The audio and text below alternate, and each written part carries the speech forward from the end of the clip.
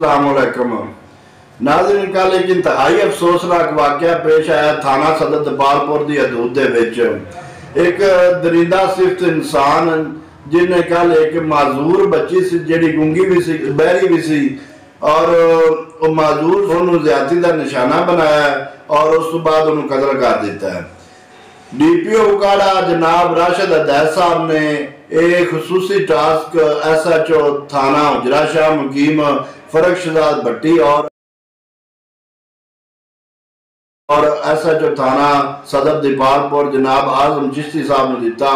और उन अनाज सिविल सोसाइटियां के बंदे ने टीम ने फौरी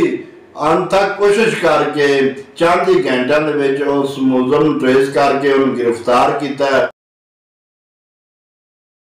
और उस मुलजम दरिंदा सित इंसान ने इकबाले जुर्म भी कर लिया। बच्चों के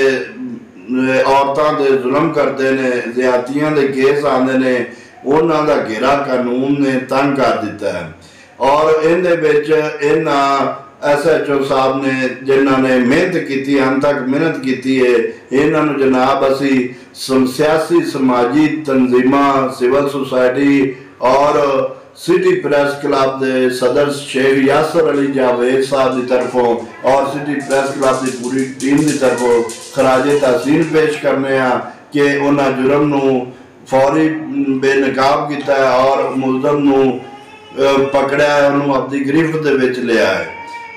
ताकि जो इन्हां दा घेरा तंग हो जाए इंशाअल्लाह साडे माशरे दे विच ये जुर्म भी घट जाएगा। ये program city press club registered की तरफों पेश किया गया है। मिलांगे किसी नवे प्रोग्राम नाल, तब तक वास्ते अल्लाह।